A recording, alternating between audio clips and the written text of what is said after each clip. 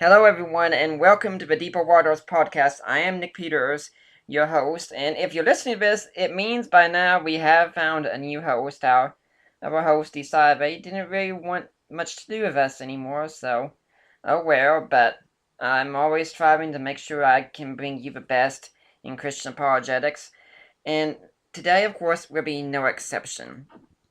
There's a new book out. It's called Truth in the Culture of Doubt. And it's written by three authors, actually.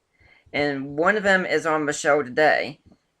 Now, the three authors who wrote the book are Andreas Kostenberger, Darrell Bock, and Josh Chatwell. And we've got Darrell Bock here with us. It's his second time on the show today. And that should tell you that apparently I didn't annoy him too much the first time.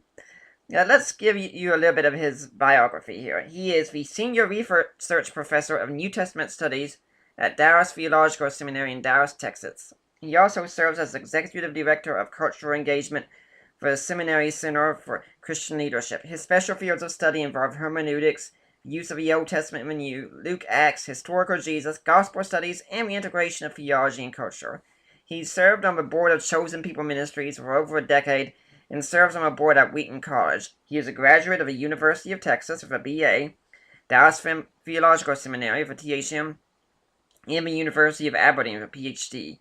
He has had 4 annual stints of postdoctoral study at the University of Tübingen, the 2nd through 4th as an Alexander von Humboldt Scholar. He also serves as Elder Emeritus at Trinity Fellowship Church in Richardson, Texas. He's the editor-at-large for Christianity Today, and he served as president of the Evangelical Theological Society from 2000 to 2001. He has authored 30 books, including a New York Times bestseller in nonfiction, and the most recent release, now is Truth in a Culture of Doubt. That's a response largely to Bart Ehrman. He's married to Sally and has 2 daughters, both of whom are married, a son, 2 grandsons, and a granddaughter. Well, Dr. Bock, it's great to have you back on the Deeper Waters podcast. It's great to be swimming with you in deeper waters. Apparently, I didn't annoy you too much the first time, but since that academic introduction has been given, just in case some people might not have heard the first show and might not know much about you, tell us a bit about how you got to be where you are today on a personal level. Well, I came to the Lord in college between my freshman and sophomore year in college, and started a home Bible study when I went to the University of Texas at Austin my second year, and that's where I learned about teaching and teaching the Bible. Went to seminary and was asked back to teach after I was done with my doctoral studies, and I've been at Dallas now for 33 years. Teaching mostly in the Gospels area and Acts, and particularly Luke Acts. And so historical Jesus, those are kind of my topics in terms of what I've concentrated on. And then 3 years ago, assumed the role of Executive Director for Cultural Engagement at the seminary. And so I've been responsible for producing a weekly podcast on the seminary website, www.dts.edu/the-table. We call it The Table, and it deals with a huge array of issues related to God and culture. So that's kind of that's the short bio. Okay, now, this book that's just come out is called Truth in a Culture of Doubt, and it's largely a response to Bart Ehrman. Now, in case some of my listeners might not know, who is Bart Ehrman? Well, he teaches early Christian studies at North Carolina Chapel Hill, and actually the book is a response to Bart Ehrman, but it's not a response to him so much personally as the views that he represents, because he writes a textbook for on early Christianity that is the best selling, most widely used textbook in early Christian classes in universities around the country. It's published by Oxford University. And then he's written a series of popular books, many of which have made the bestsellers list. I think at least 4 have made the bestsellers list, dealing with a variety of issues related to the authenticity and integrity of the Bible and the nature of Christianity. So we decided to write a book that was a response to the general positions that he takes, not so much as a response to him personally, but what the views that he represents. When he writes, he says, I don't represent my own views here only, but I represent a swath of people who teach this, which is actually true.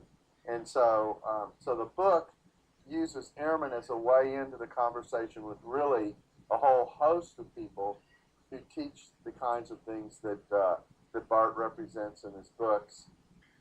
And that was the point. We actually did two books. One was called Truth Matters that was released in the spring. It was written directly to graduating high school students and college students who are headed to university and who are going to meet these challenges. It's written in a style that connects with them. And then this book is kind of more the blood and guts book, which has details and many more footnotes and that kind of thing, so you can follow up some of the points that we're making as we're interacting with Bart. Yeah, I think it's important also that we talk about Bart Ehrman's journey. I mean, he didn't start out as someone who was opposed to Christianity, right? That's correct. He came out he went originally to Moody, then on to Wheaton, and from Wheaton he went to Princeton. It was at Princeton he began to doubt the Christian background that he came out of, and then he has evolved. I think his self-description now is that he's an agnostic, and so he's moved through to agnosticism out of a Christian belief, and this is part of what makes him interesting to interact with, because he knows the positions he's writing against, having been in the church and having grown up through evangelical institutions. Mm-hmm. Also, Craig Evans, for instance, has said that Bart Ehrman has been on a flight from fundamentalism. Would you agree with that? Well, I think he's on a flight from fundamentalism, but I'm not sure he's ever left it in one sense. Mm-hmm. The way in which he reads the materials is very flat and fundamentalistic, even as an agnostic. So if there's such a thing as an agnostic fundamentalist, then maybe that's what Bart Ehrman is. Yeah, I'd be more than willing to attest that I've met several atheists who are fundamentalists, so it wouldn't be surprising to me if I met agnostics who are fundamentalists as well. But let's also consider some of you that said at the beginning of this book. Now, this isn't actually from you, it's from your co-author, Josh Chatra.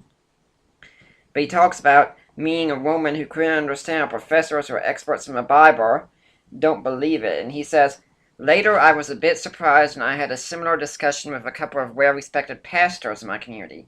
These conversations helped me see once again that most people, even pastors, don't know much about what's going on in the world of biblical scholarship. The other authors of this book have had similar discussions. We often answer that some pursue such study because they love history or ancient history, while others do so to react to their upbringing, much as Ehrman has. Some even do it for both reasons. I gotta say, that passage really concerned me when I read it, because unfortunately I do meet too many pastors as well who don't have a clue what's going on in the academy, and their churches are just totally unprepared when someone like Bart Ehrman shows up. I think that's exactly the case. That's why we've been doing the writing we've been doing, and we've been writing both to pastors and to youth leaders. The Truth Matters book was aimed at them and was built so that they could use it in either youth groups or small groups to prepare them for university. Our sense is that most people have no idea what questions are being asked, how those questions are even being approached, and then how to respond to it with something more than simply says, well, this is what the Bible says. Mm-hmm. When the Bible, in fact, is the question, then simply saying the Bible says it and that's the end of it doesn't do you much good. So you've got to be able to interact on a completely different level with the kinds of questions that are being raised and the way that they're being raised. And that's really what we're hoping to accomplish with the book, is to give enough material so that we sort out the types of observations that Bart and others are making that are true. They're dealing with certain facts of the text that they're presenting, but then also sorting out how they spin that material in such a way that that they come to a certain conclusion, and that may not be the only way to deal with the facts that are in front of them. Yeah, I think part of the problem, in fact, with our pastors is too often we're raising non-essentials to the levels of essentials. In the case of Bart Ehrman, inerrancy is a big one, and so for Ehrman, when inerrancy fell, that pretty much opened up the floodgates. Well, I think that's true. And this is part of the fundamentalism that I'm talking about. It was kind of a complete all or nothing approach to Right. things, and that's where I think the problem lies. Well, since you said that's where you think the problem lies, let's start going into the book then and talk about where Ehrman thinks the problem lies right at the start. And this is from a book called God's Problem. What is God's problem? God's problem is actually our assessment of God's problem. It's not really, well, it is a God's problem the way we're thinking about it, and that is, would an all-knowing, all-good, all-positive God create the world that we live in? And so the problem is the problem of suffering, well known as the problem of evil, and that's where Ehrman starts. And we titled the chapter, that particular chapter, is God immoral because he allows suffering? And that really does introduce the nature of the problem. Mm-hmm. Now, yeah, we have to be clear that this is what Ehrman is saying God's problem is. He says, the Bible doesn't answer the biggest question we have, which is why we suffer. To which, when I read that for some time, because I have read through God's problem, saying, well, that's actually not exactly my biggest question. I thought it was revealing that this was Ehrman's biggest question. Right. Now, Yeah, that it is Ehrman's biggest question, and I think part of it is that the Scripture doesn't give him an answer to the question that he's happy with, and basically the answer to the question that the Scripture gives, the Book of Job, I think lays this out pretty clearly, is the way in which the world operates and the creation operates is part of my sovereign activity. And because I don't reveal to you, the whys and wherefores of every piece of suffering that someone goes through, doesn't mean there isn't a rhyme or a reason to it. Couldn't it also be part of Ehrman's still all or nothing thinking, where he's kind of opened up himself up to this situation where there's gotta be a chapter and verse answer to every single problem that you have in this life, and you can find it in the Bible? Well, I think that's true. That's a good observation. I think the whole idea is that we ought to find solutions to all the questions that we have, and that life loses some element of mystery. It also loses some element of resolution in the future, because part of the way God deals with the problem of evil is directly related to the way he deals with and what God will do in the future, that levels things out, deals with justice, will help us perhaps understand and appreciate the nature of the suffering and the choices that we have. None of that has any play in anything that Ehrman writes. Honestly, I've never really seen the problem of evil as too convincing. I mean, some people might say, well, that's because you're not thinking about it enough. But honestly, I'm just looking and say, okay, what I have here is I see the evidence for the resurrection of Jesus is extremely strong. There are many things I don't understand about evil and why some particular evils occur. Why should I throw out the evidence I see for a resurrection that's particularly strong because of some other matters that I don't understand due to information I can't have in other areas? Yeah, I think that's a good point, Nick. And there's one other thing that I think's in play here that we need to mention, and that is even raising the question of good and evil and where the standards for it come from, and how I can even ask the question to begin with, is an important observation. And if there is no God, and if we are here by accident, and if we are kind of just a random product of whatever's going on, then you can't even ask the question, why is there evil in the world? Because everything is a matter of chance, and there is no basis for making any kind of an evaluation at all.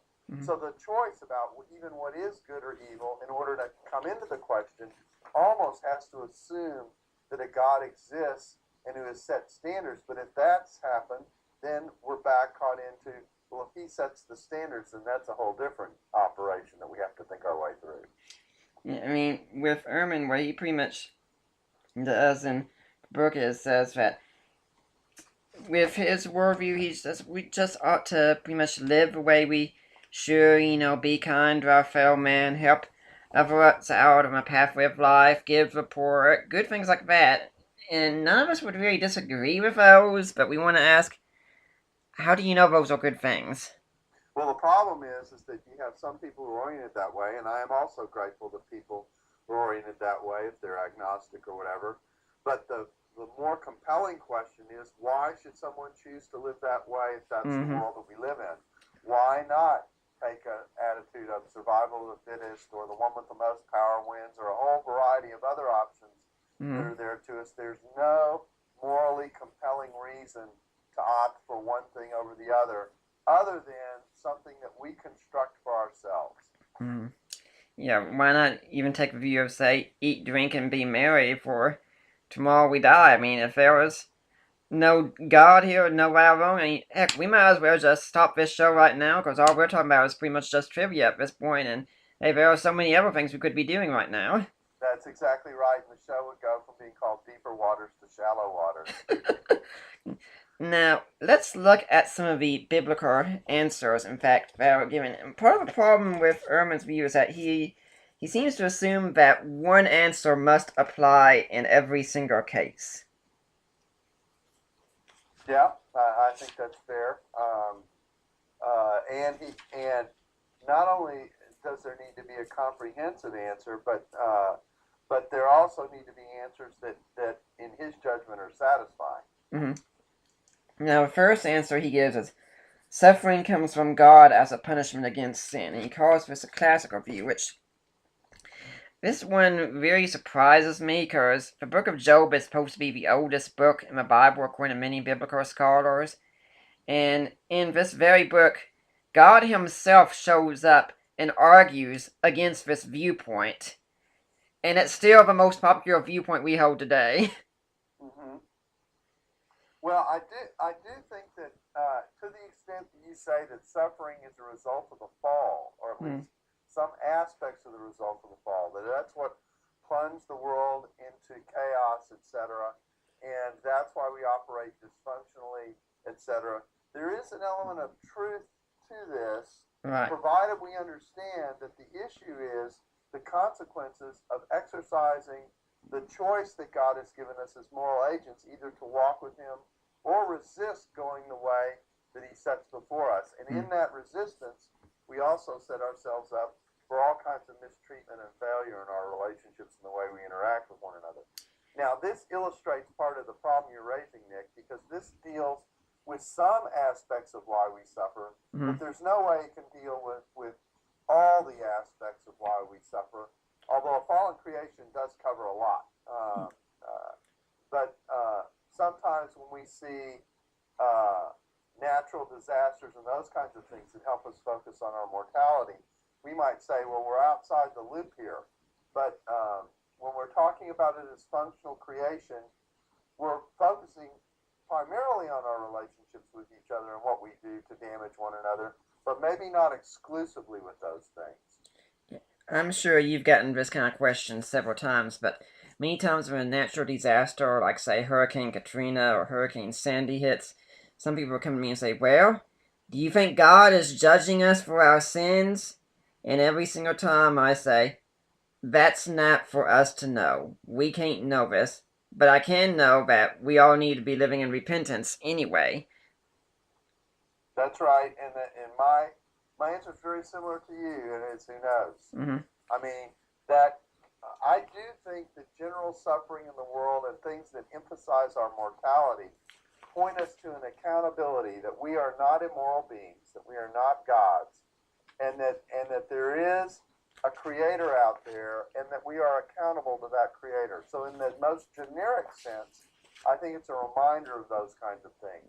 But the idea that this is a specific form of punishment designed to specifically do that, that's what I don't think we can know. You know, there are sometimes we do know this from Scripture. I mean, we know, for instance, that for the destruction of a temple in 586 BC by Babylon was punishment for the sins. But my own principle here is if Scripture doesn't say it's punishment, we have no business for saying it's punishment. Well, again, I think we just have to distinguish here between a more generic understanding of the way creation works and reminds us of our need for God, and the more specific kind of one-to-one thing that we want to do. Mhm.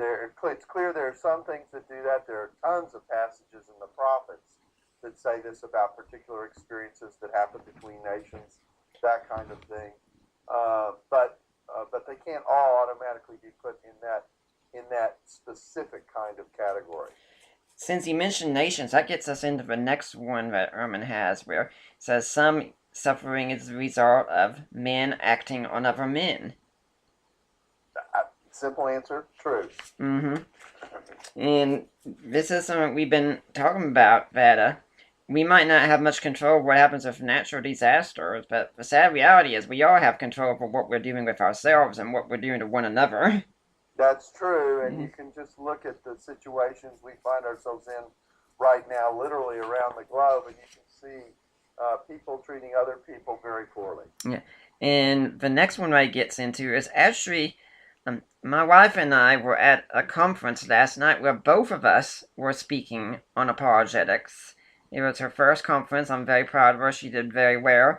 And she spoke on the problem of evil from a layman's, non-philosophical point of view, where she pretty much told her story about what happened, and clearly then there was something about meeting some nerdy guy and marrying him that she loves as a apologist and nerd anyway. I'm not sure what that was about. But Well, I guess that makes marriage evil, or at least some marriages. That's a really frightening concept.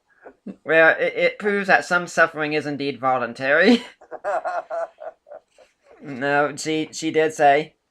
But I love that apologist and nerd anyway, so that was a highlight to me of the evening.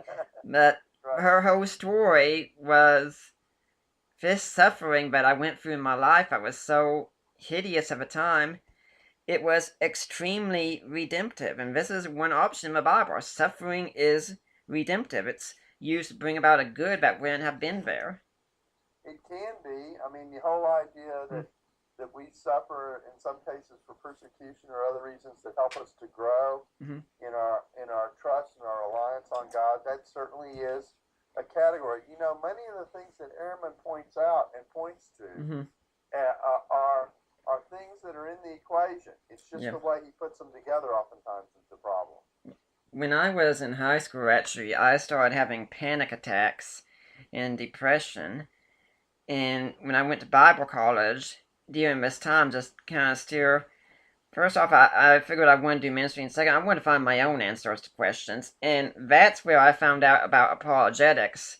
And that's when my attitude really started changing. Depression went away, the panic attacks went away. And so, what I tell people is, look, when I went through this time in my life, it was a nightmare. It was hell. It was one of the worst things I could have ever gone through.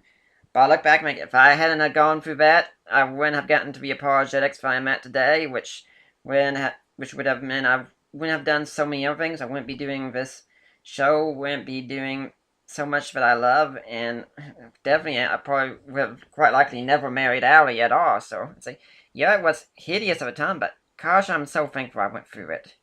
Exactly. Mm-hmm. Now, the next one you got is suffering is a test for faith. I can't help but think of a story about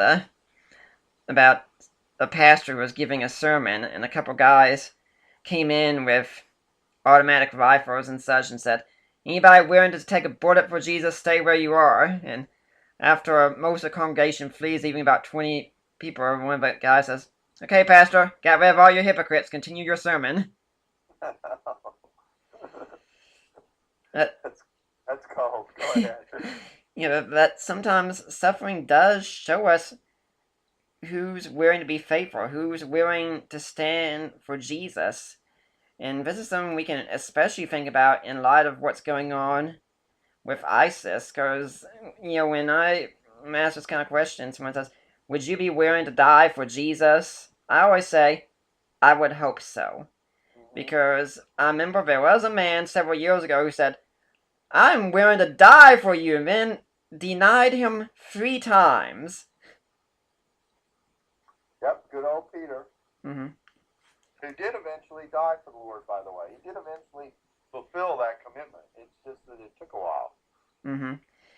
And when we see this as a test, we so often get that that redemptive aspect that was talked about before, I think we really need to keep Romans 8 in mind a lot of times, that all things work together for good to them that love the Lord, because when we're going through suffering, we can look at it and say, there is no way any good can come out of this. And when we do that, we're really making a statement about God and his omnipotence and omniscience. Mm-hmm. And then the last one is suffering at times is mysterious. God doesn't give us the exact reason we suffer, but expects us to trust him. And personally, I think this happens 99.9% of the time. We are not told specifically why we are suffering. That's right.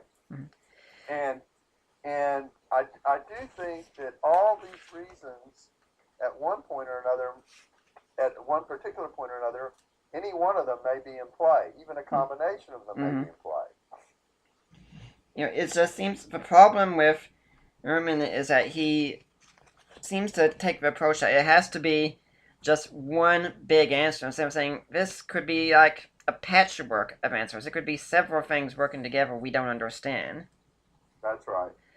And part of me, when I was reading through the book, I was wondering, I wonder if Ehrman has ever considered N.T. Wright's book, Evil and the Justice of God.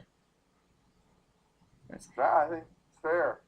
When we spoke last night together, Ali spoke on evil and I spoke on the resurrection afterwards, and said in it, people, this is really God's ultimate answer to the problem of evil. It's the resurrection. The resurrection is part of the answer, because it opens up the whole idea of our accountability to God, the relationships that we have to God, our need to be connected to him, the message that comes with Jesus' life and ministry, the vindication of God of him. All this is wrapped up ultimately in the program of God that Jesus represents, part of which deals with the presence of this evil. Mm-hmm. Now, let's move on to the next section, which is a major one here that Ehrman really goes on. Is the Bible full of irresolvable contradictions? And many of us know that if you watch a debate such as the ones he has with Mike Licona, for instance, he'll use these kinds of lines, and they're very convincing if you don't know how to deal with them very well. You've never heard them before. It's like, how many angels were at the tomb? Was it 2? Was it 1? Depends on which gospel you read. Which women went to the tomb? Depends on which gospel you read. Did the centurion come or did his servant come? Depends on which gospel you read. Now that sounds very convincing if you're unfamiliar with how the gospels are written, doesn't it?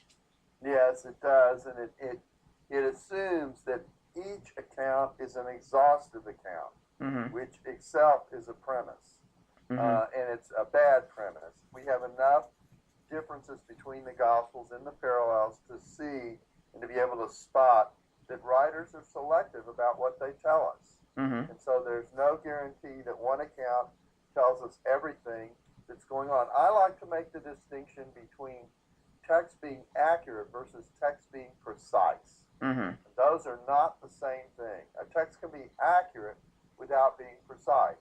If you say that there's one angel at the tomb, one angel who delivered the message that the tomb was emptied or whatever, but 2 were present, and you split those out between accounts, both can be accurate with one of them being more precise than the other. And if I like to use the illustration. If you ask my wife and me about our courtship, you'll get some overlap and some differences. That doesn't mean we're in contradiction with each other. It simply means that she has remembered and passed on and chosen to pass on details that I haven't presented to you. I often like to use the illustration of this where I say, imagine some Jehovah's Witnesses or Mormons came to our door, and I came and I answered them, I spoke to them. Well, as soon as they're gone, I'm going to be calling some people. One of the first people I might call is my parents and say, hey, I just had these Jehovah's Witnesses or Mormons come to my door, and I think you might want to hear how the dialogue went. And I'll tell them bits and pieces. Of course, I can't remember everything that happened, but I'll give them the gist of what went on, and they say, oh, son, you did good, we're proud of you, things like that. Now, one of the next people I might call is my in-laws, and my in-laws are very much into the apologetics field. They're going to get a different story, because they're going to get the more detailed arguments that I gave, because they know the language that I'm speaking in. Nothing against my folks there, they just don't know the language, but, well, my in-laws do. Those two accounts aren't contradictory, they're just different in their emphases. That's right. They're complementary to each other. They come alongside each other, and one writer in one situation has made certain choices that another writer hasn't made. Mm-hmm. And then also we have to realize that ancient writers had different standards for writing than we do. When one gospel says the centurion came to Jesus and the other one says his servants did, what we need to realize is that in the ancient world, if your servants came, it was as if you yourself came. And one of my favorite examples of this is in John's gospel, where it says, Pilate flogged Jesus. Well, are we supposed to think then that Pilate himself went out and got the whip and started beating Jesus? No, of course not. Exactly. The principle of the Shaliach, Jesus even says to his disciples, the one who hears you hears the one who sent you, and the one who hears me hears the one who sent me. So it's just a way of viewing representation that we're talking about here. It's like when the press secretary speaks at the White House. We don't care about what's said because the press secretary is speaking. We care about it because the press secretary represents the president, and we care because it's the president's spokesperson speaking. Yeah. In fact, we could even look and say that when the press secretary speaks, we might have a news report that says, the president said such and such. In fact, that often happens, and of course, the sign that's hanging over the press secretary's head says White House. Okay, and so the representation comes that he is speaking for the resident, the chief resident of the White House. Now let's also consider taking Ehrman's kind of worst case scenario for us. Let's suppose that we're doing our research and lo and behold, we do find what appears to be a bona fide contradiction in the account. We don't really have any way whatsoever of resolving it. Have we lost Christianity then? I think the answer is no, and there are two ways to think about it. One is we may not be able to resolve it because we don't have enough information to resolve it. We have to remember that all ancient history work that we do is dealing with partial evidence. If we dig up something, we may actually find that we get the answer to the question. And the second answer is that it is certainly conceivable that even though there are disagreements about certain details about what's going on in the text, the thrust of what's said about Jesus and who he is something that we still should take seriously despite that. Now, there are many people in the church who take a view that the scripture, because it's inspired, is inerrant. This is where I am. But that doesn't necessarily mean if that were to turn out to be wrong, that I necessarily have to mail in my membership to the church. It's completely conceivable that the scripture could have certain places where there are problems in it, and I could still say the core message of the Christian faith still stands. Yeah, I'm one who holds to inerrancy as well, but it's not something I'm going to hang my hat on and say if inerrancy goes, Christianity goes. And unfortunately, I've met too many Christians who actually do have that attitude. I mean, I've seen some who've said if there was one contradiction in the Bible, then Christianity is false and Jesus didn't rise from the dead. And frankly, that terrifies me. Yeah, well, I don't think we deal with most areas of life that way. I mean, there are lots of textbooks or other things that I read where I go, I recognize there are problems here and there with what's being said, but the general direction this is going is something very much I embrace. In fact, we could use as an example, you've written this book with two co-authors, and I'm sure you trust them since you wrote a book with them, but you're not going to sign any statement, I'm sure, that's going to say, my co-authors are inerrant in everything that they say. No, you're right. I won't. They're good guys, but they're not that good. Yeah. Now, in fact, this is something that Frank Zindler, he's from American Atheist, even used in some of his arguments since he's a strong Christ myther. In fact, he's even so much down that line that he's not even certain that Paul existed. But he said he goes through his work on the Gospels and says, well, we found an error in Luke there, so much for Luke being a reliable source. Yeah, I mean, if we dealt with the rest of reality that way, we would not be talking to anybody. Yeah. In fact, if we dealt with much of ancient history this way, or any of the rest of ancient history, we'd know pretty much nothing about ancient history, right? That's correct. I mean, if one error disqualifies a source from giving us other information, it's just a huge logical fallacy to suggest that one error or one problem in our interactions with anybody disqualifies everything they say to us. Any jury in a court of law would sit there and look at a witness and the question they're asking is, are they generally credible? They might find one or two pieces of detail they don't actually accept as being likely in light of what the other witnesses tell them, but they still might accept the general trustworthiness of the witness on the key things that he presents. Despite that, we all do that discerning all the time. Now, you yourself, when you're doing your research on the historical Jesus, and how exactly do you go about doing this? Because someone could say, well, you come with the idea that the scriptures are inerrant and that covers everything, but when you're doing your research, you pretty much try and treat it as much as you can like a non-biased historian, right? That's true. I can't say I'm non-biased, but right. I can say I try and treat it as a historian. And what I tell people is, when I lay out the case for what I'm doing historically, look at the reasons and the rationale that I'm using and what I'm presenting to you. That's what needs to be evaluated.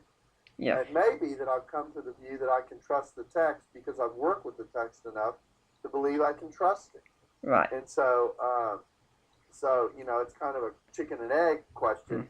But the rationale that I give, I have to be able to present to anyone. And in most cases where we get into these discussions and arguments, the rationale that I'm giving is directly related to evidence and the way sources work and those kinds of things, things that all people discuss, whether they have a faith or not.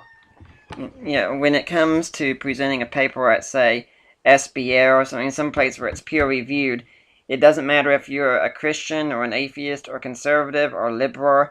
When you get up there, you have to go and present the viewpoint as it is. You can't get up and say, well, I'm a Christian and therefore the Bible is inerrant, so this is true about Jesus. And at the same time, you couldn't get up and say, well, I'm an atheist, therefore miracles can't happen, so here's what really happened in this text. Well, you might get away with saying the latter, but you certainly couldn't say the former. Now, you all talk a little bit in this chapter about how Jesus became God, which is Ehrman's latest book. And I was very pleased to find that you all brought out something that I've noticed in the book as well, and I notice it constantly in Ehrman's books, and in fact in many non-Christian books. But we'll stick with talking about Ehrman today, and that's that Ehrman is very good at doing what I call giving the sound of one hand clapping. You mean giving one side of the evidence? Is that what you're talking about? Absolutely. Yeah. Well, because I'm sitting here, how does one hand clap? I guess you click your fingers or something. But anyway, no, that's exactly the point. Is I like to talk about. In fact, the way I describe these books is these two books, Truth Matters and Truth in a Culture of Doubt, is what we're really doing is we're giving you the rest of the story. That what Ehrman is doing is giving you one side of the story. He's giving you one case. In most cases, his resources, if you look at his footnotes, he doesn't discuss a whole wave of scholarship that exists out there. It's like he pretends it doesn't even exist, and he gives you his case. Now, I don't have a problem with someone giving the case that they believe in. That's part of the territory. But the problem with Ehrman is that he leaves you the impression this is the only view that's out there. This is what scholars hold, and you vote scholars, and then you hear the music playing in the background of the Hallelujah chorus because you're supposed to believe in that kind of thing. And the problem that I see is that he only gives you a part of the evidence, a part of what some scholars say, maybe even many scholars who teach in the university. That's fine as far as I'm concerned. But the other half of the story is there is another part of the story that's out there And that other part of the story actually does raise some questions about what it is that Ehrman's telling you and what it is that you should believe about what it is that Ehrman's telling you. I think it's very revealing that he speaks so many times about his close friends in the field, and I could look and say, at the same time, well, see, Darrell Bock and Mike Lacona and Craig Blomberg and others are some of my closest friends in the field, and they all think the Bible is inerrant and inspired and that Jesus rose from the dead, so this is obviously the opinion of scholarship. Well, the fact is that scholarship, if anyone knows anything about it, is full of debates. Mm-hmm. And so scholarship is rarely a singular voice. It usually is a discussion about the reason for certain things. Now, he represents in many of his positions a kind of consensus that exists in one wing of scholarship. But that doesn't exhaust the discussion, nor does it exhaust the kinds of evidence that the other side brings. And so our book is really designed to put you in a conversation as opposed to leave you at a table where you're only hearing one voice. Yeah, to give some examples, and I'm going to be using his latest book mainly as an example of this.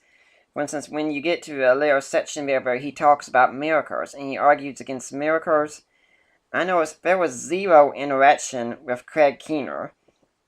Craig Keener could be right, he could be wrong, but he's written this massive work on miracles, and if you read Ehrman's book, you have no idea this work exists.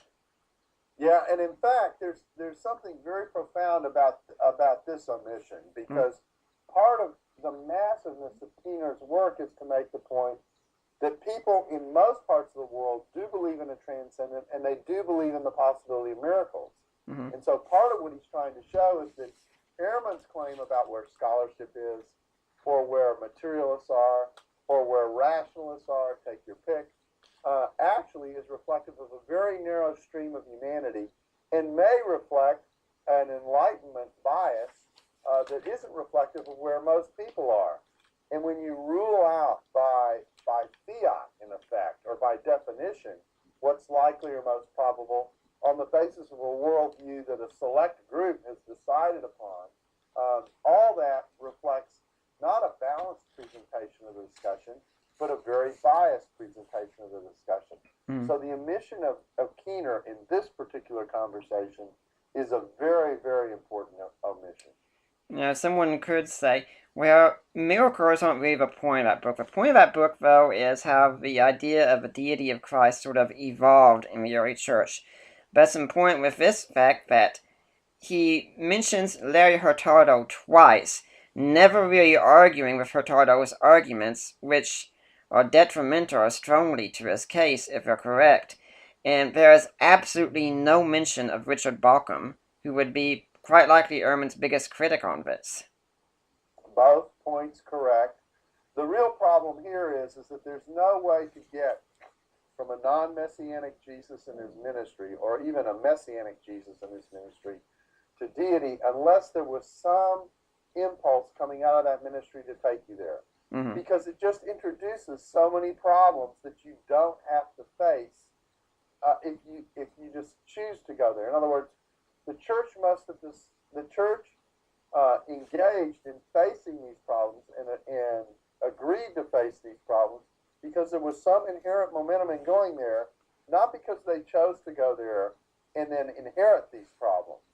And so I think there has to be certain claims and moves that Jesus makes within his ministry that indicates who he is, not just the titles that he claims to operate with, because some of these titles are ambiguous. Son of God is a very ambiguous title in Second Temple Judaism because it can simply mean kingship. Mm-hmm. Now, the reason I think these are important concerns is because Jesus did certain things that indicated and pointed how he viewed himself. He forgave sins. He handled the creation. He claimed that God would vindicate him and seat him with him in heaven, which was a very revolutionary idea for a Second Temple Jew to whom only God receives the honor. Right. So there are lots of things going on here that deal with the core core events of Jesus' life and acts that point to who he is. And for the church to take a non-deified Jesus and use, and the argument is that this comes through a Greco-Roman influence, when in fact this movement at its core and initially was very, very Jewish. Mm-hmm. And the high Christology everyone recognizes came in a period long before Christianity was interacting directly and accepting a lot of Gentiles. So that momentum has to have previously existed before we get to the large Hellenistic influence and before we get to the early church ministry, because otherwise the church is deciding to take on a whole series of challenges it didn't have to take on if it was merely going to represent the ideas of a non-messianic or an only messianic Jesus. In fact, we can see this in one of the earliest writers for the church, and that would be the Apostle Paul, in another passage that Ehrman doesn't really interact with, 1 Corinthians 8, 4 through 6, where he takes the Jewish Shema, found in Deuteronomy 6, 4 through 5, a great statement of monotheism, and includes Jesus in it. Yes, and the other passage I like to use is the passage in the Philippians hymn, where he applies the language of Isaiah 45, which is one of the most outstanding defenses of monotheism in the face of polytheism of the nations, and uses that language, which in Isaiah is being used, of the God of Israel, and applies it directly to Jesus. And since we mentioned Bauckham and Hurtado, it's important to mention that people like them and Hingar and others are part of what How God Became Jesus calls the early High Christology Club, which they say unfortunately doesn't come with mugs at this point, I think. And they say these scholars said this wasn't a gradual development at all. This was right out of the gates. From the resurrection, there you have it. Jesus is part of what it's called the divine identity. He's got ontological equality with God. It's not a development over time. It happens immediately.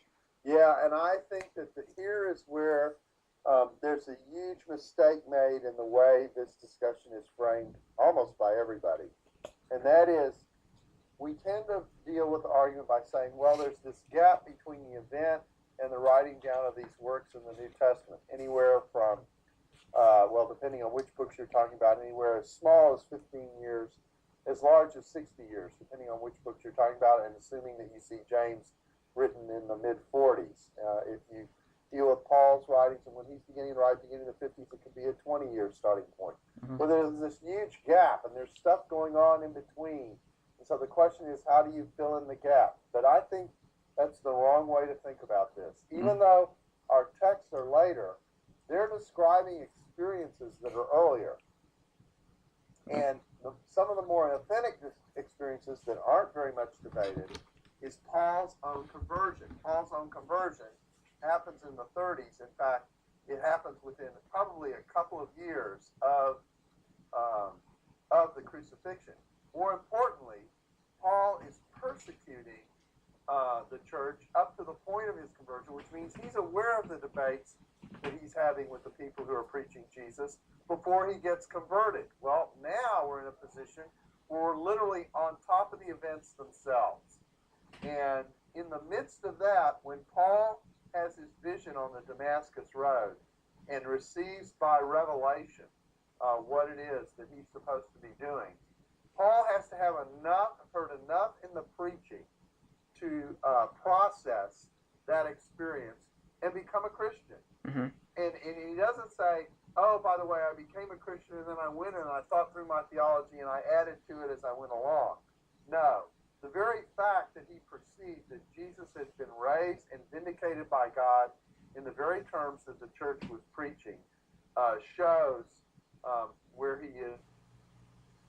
So this shows where he is, that is Paul, and this shrinks the gap. We're on the events that are literally on top of themselves. We aren't in the gap of the 15 years between the event and the epistles. We aren't in the gap of the 30 to 60 years between the event and the Gospels. We're literally on events that are on top of themselves. We could hardly have a better connection to ancient evidence and and ancient historical sources. And in the midst of that, then, when you put that all together, that's why you sign on to the High Christology Club. Well, for anyone who's wanting more information on something like this, I do have a podcast interview I did earlier this year with Michael Bird, Chris Tilding, and Charles Hill on their book, How Jesus Became God. I'm going to advise that you listen to it, but we need to get further on this book. And in the next chapter, you start talking about how Bart Ehrman is responsible for a miracle. Yeah, let me add one other thing to the historical argument, because Michael Bird, I was in Australia this summer, and I interacted with him about his book, when I was out there. And I told him the one thing that I was disappointed about in that book was there was not any direct engagement with specific passages defending the historicity of Jesus' high Christological claims within his ministry as a way of substantiating the claims that goes back into his ministry. Mm-hmm. That gap can be filled, I think, in the Key Events book that I edited with Robert Webb. By looking at some of the events that are tied to Jesus' ministry, where there are high Christological claims, and those claims are defended as authentic by historical Jesus rules. So I would add that to the mix. Okay. Now I've got to recall your question, and I will let you re-ask it so I can remember what it is that you're talking about. Well, that book you were talking about, it's called Key Events from the Life of a Historical Jesus. That's right. Well, what I was asking about was, you said, well, it's not that Ehrman's directly responsible, but there was a miracle that happened because of the work of Bart Ehrman, and that's where the third chapter starts. Remember what I'm talking about? Well, the miracle that we're talking about is that a book on text criticism could actually make the New York Times bestseller list, that this topic could create that much interest. It's an interesting book because what Ehrman is arguing is that we've got so many variants in the New Testament that we can't be sure about what the text is.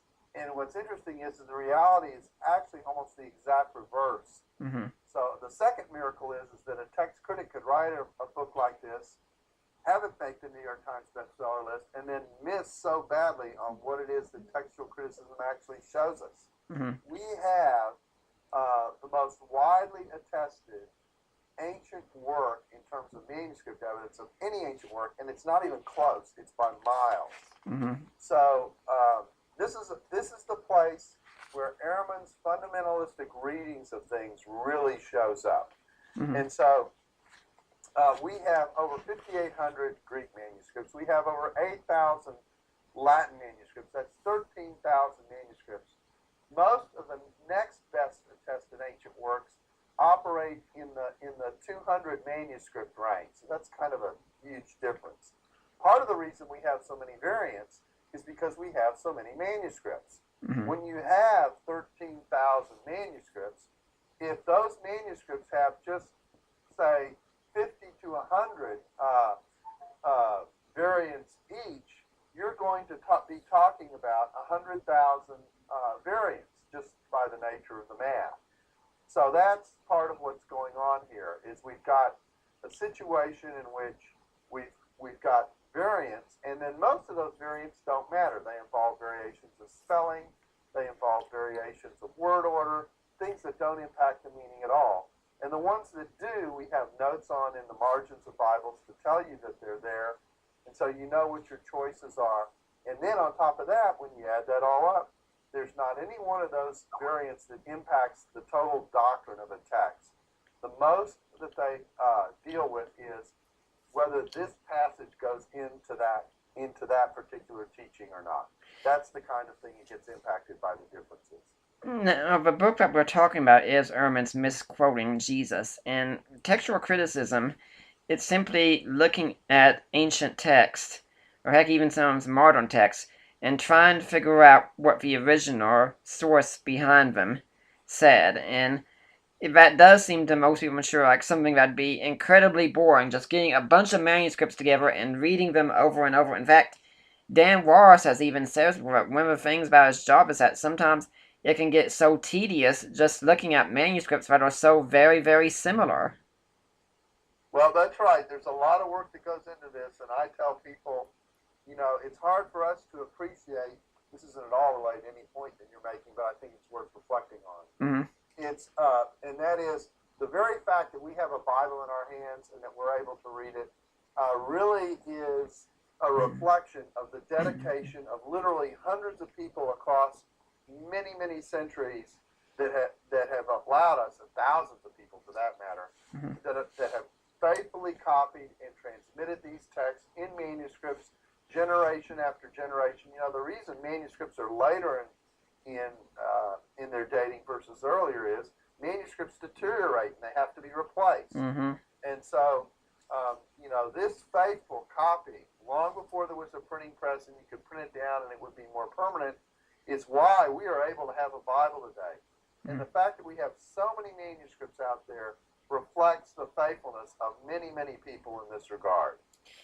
In fact, when we're talking about how textual criticism is done, we're going to get to a manuscript soon. One aspect I'm thinking of is recently my wife wrote a kind of short story, and so she emailed it to me, whatever, and I sent it to my Kindle from there. And so I'm reading the story. Every now and then I notice a typo, maybe a word typed twice, something of that sort. And I'm able to mentally look at that and say, I know what she really meant to say here. In essence, I'm doing textual criticism right there. That's exactly correct. Mm-hmm. And that's why I say well over 99% of the variants that we meet, we immediately know what actually was going on. Mm-hmm. There are a handful of cases where we're not exactly sure whether we're reading this particular reading or that particular reading. And most of those cases are noted in good Bibles, in margins with alternative readings, so you know what your choices are. And then, as I said, on top of that, once you put all those together and put them into the list, the issue is not whether we lose any particular teaching of the New Testament, or Old Testament for that matter, if we lose any doctrine, but really how many passages line up under a given theme.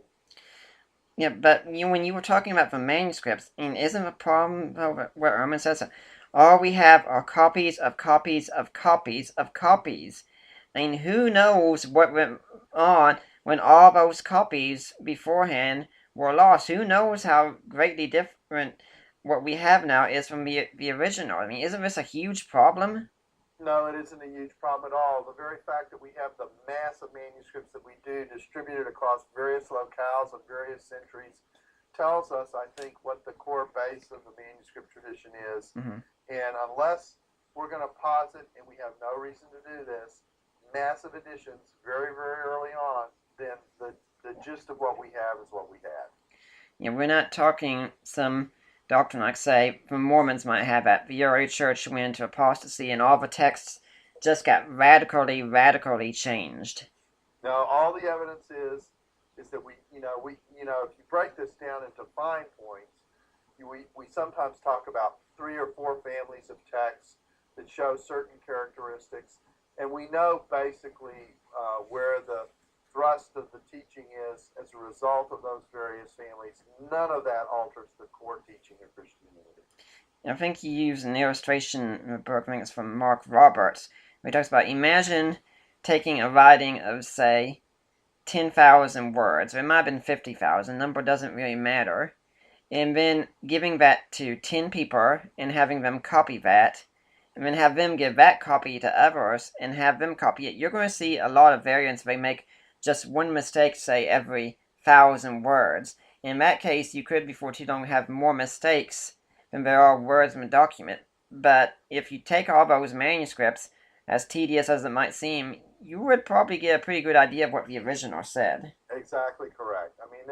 No one is operating on a premise that the New Testament texts that we have are extremely flawed. And if we did accept that premise for the New Testament, then we'd have to throw out most of ancient history elsewhere, because we don't have near the manuscript evidence for those sources or the dates of manuscripts close to the time of the writing that we do for the New Testament. Well, right now I'd like to remind everyone that this is the Deeper Waters podcast. I am your host, Nick Peters, and my guest right now is Darrell Bock. We're talking about a book he co-authored, Truth in the Culture of Doubt. Now, if you're listening next week, we got a real treat here. My guest is going to be James Sire, one of the premier apologists in this country, part of what's called, I think, the first wave of apologetics. We're going to be talking about 3 different books that he's written, and most of us in the apologetics community do owe a debt to James Sire, so I hope you'll all be here next week to hear James Sire talking about these books that he's written. But for now, we're going to get back to our interview with Darrell Bock here. Now, Ehrman will say, if God wanted us to have his inerrant word, wouldn't he have done a better job preserving the copies and making sure they avoid error? I think he did a pretty good job. I mean, I think that, like I said, this is where his fundamentalism really comes across, because what you're basically saying is, in these variations that we get in a handful of cases, we don't have a very good preservation process. But think about it. We've got a text that dates back 2,000 years, 99.9% of which we are completely certain about, 0.1% about which we discuss. That's pretty good. Mm-hmm. I like to point out to people when I discuss this, and Ehrman comes up and say, I like to point you all to the work of a leading scholar of textual criticism, and I point out one spot where this scholar says that, in our field, it's pretty hard to admit that a work is done, that we've managed to reconstruct something, but lo and behold, there it is, and all we're pretty much doing is tinkering at this point. And then the second point, he says, despite all the variants that we have, New Testament textual critics are sure that we can reconstruct the entire New Testament with reasonable, though not 100% accuracy.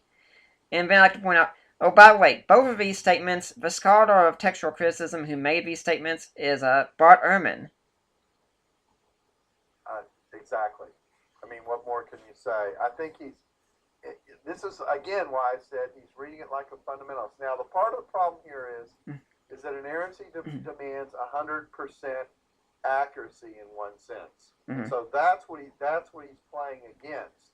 Right. But I think the point to be made here is that in the midst of understanding inerrancy and what we're talking about in the pursuit of what's being originally written, we are aware of what our options are. I like to say that our problem is we have 105% of the text, and we're trying to decide what 5% we have that we shouldn't have, as opposed to saying we don't have all of the text.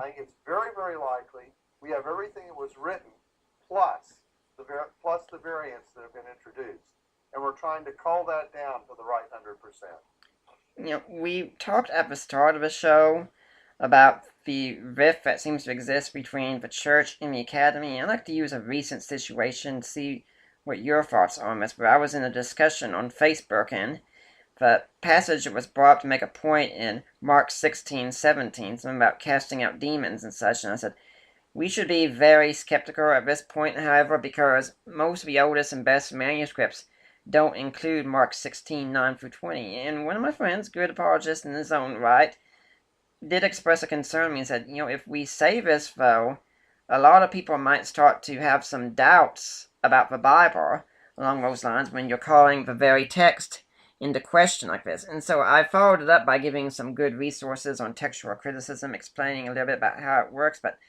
how do you think churches should handle situations like this? Like if a pastor comes and gets a question from his pastor saying, hey, why is it that these passages are marked off in my Bible, such as the long ending of Mark, or the story of a woman caught in adultery? What do you think we should do? I think you should tell them why the marks are there by making the observation. This doesn't happen with other texts, does it? The person should say, no, it doesn't. So why do you think the marks are there? I don't know. That's why I'm asking you. Well, then you explain. The marks are there because there are many good manuscripts that don't have this text, evidence that this text is actually part of the biblical text.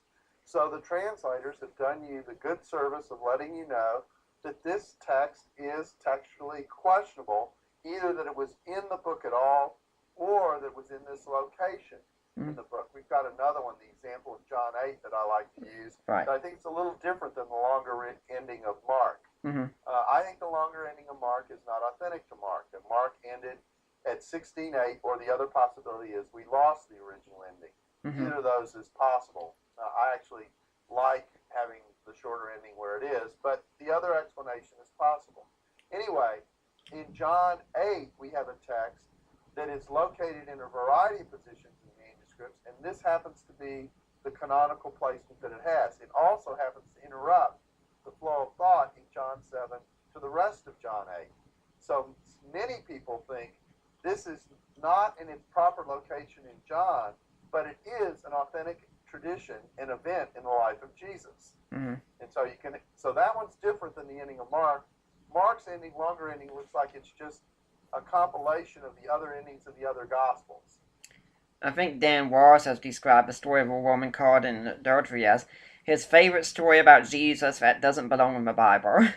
Yeah, and my take is, I think it belongs in the Bible. I just don't think it was originally in the position that John has it in. And Yeah. so I mean, that's two variations on the same phenomenon that we have in the text. Right. And the point here is that you just need to be aware of what your options are. Yeah. And when you're aware of what your options are and what the possibilities are, not only do you know what to say about it, but you know how much strength to put behind what you're saying about it. Well, to explain what I was saying about Dan Walls further, since I do consider Dan Walls a friend, and he actually does speak from this passage where the idea behind that says, yeah, this is a favorite story of mine about Jesus, and it is in my Bible, and it's for a reason, but it's not part of the original text of John. Yeah, that's the same way I take the text. I think it's an authentic event of Jesus. I don't think it's where John has it. And when I wrote a book called Jesus According to Scripture, when I came to this section, I put it in brackets, much like my entire discussion of the passage, much like you would see in a Bible, and explained why the brackets were there. In fact, the point that we can see where there are these passages that we're quite sure don't really belong in the text, it actually leads to the opposite conclusion. We can tell these passages are addition. It's not because the text is so unreliable, but because we can be so sure of what the original text said, but we can look at these and say, hey, that doesn't belong. That's right, or at least it doesn't belong here. Mm-hmm. Now, this could all be well and good to defending Christianity, of course, but at this point we could say, with Ehrman, well, yeah, let's talk about Christianity, but which Christianity? Weren't there several Christianities going around, and, well, geez, one of them just happened to win out, and that's the one we have today, and hey, history is written by the winners anyway, you know? Yeah, and sometimes the winners deserve to win. And what we've got in this particular situation is a case of, it all depends on when you're asking the question. If you're asking the question, what did Christianity look like in the 2nd century, and what people were claiming the names Christians in the 2nd century, then you're going to have your Marcionites, you're going to have your Ebionites, you're going to have your Gnostic Christians, you're going to have your Monarchians. You're going to see a variety of expressions of Christianity in the 2nd century. But if you go back to the 1st century and you ask what's sitting there, it's too early for Marcion. The Marcionites don't exist yet. The Docetists and the Gnostics don't seemingly exist yet. You might have a Jewish Ebionite group, but they're not very prevalent, and they certainly don't reflect the core of the church. And so you see this huge variety that is in the 2nd century disappear in the 1st century. And what is happening with the alternative Christianity's model is it's applying a Christianity to a later time, to an earlier period, and the period that we're concerned about historically is the earliest period. Now, Ehrman depends a lot on Walter Bauer's hypothesis. Could you tell us some about Walter Bauer, who he was, when he lived, and what his claim was? Walter Bauer was a German scholar who wrote in the 1930s. He wrote a book in 1934 entitled Heresy and Orthodoxy in the Earliest Christianity, and he argued that we ought to divide the regions of the Christianity into 6 basic groupings. And he argued that in many of these places, the view of other Christianities, of non-Orthodox Christianities, was the majority view versus orthodoxy. And so he suggested that in the beginning there were many Christianities as opposed to an Orthodox Christianity. And that's where the view of alternative Christianities has come from. Of these 6 areas, maybe one gives us evidence two or three of the others that he suggests are there or are close are actually reflect later evidence. And in the midst of this later evidence, Bauer makes his case. He can't go back to the first century for a lot of these things. In fact, Marcionism can't go back to the first century because Marcion, its founder, lived in the second century. So this view has been undercut, even though it was very, very popular for a long time. Mm-hmm. And the suggestion is that this variety of Christianities existed in the beginning, and then Orthodoxy emerged. When in fact, what is more likely to have happened is you had Orthodox Christianity. You did have some splintering begin in the first century because you do have epistles that indicate that there's some controversy in some of the churches with some syncretistic tendencies, particularly related to Judaism, in the earliest period of the early church. But the kinds of evidence that Bauer is bringing is later evidence that he's projecting back anachronistically into the first century. Earlier this year, I interviewed Dr. Charles Hill, and he wrote this book, Who Chose the Gospels. And one point he brought out is that one of the most heterodox areas in the world after Christianity started was Egypt. And yet when we go to Egypt and we look at the manuscripts that we find there, the Orthodox Gospels are by and large the huge majority of what's there, as opposed to the heterodox Gospels.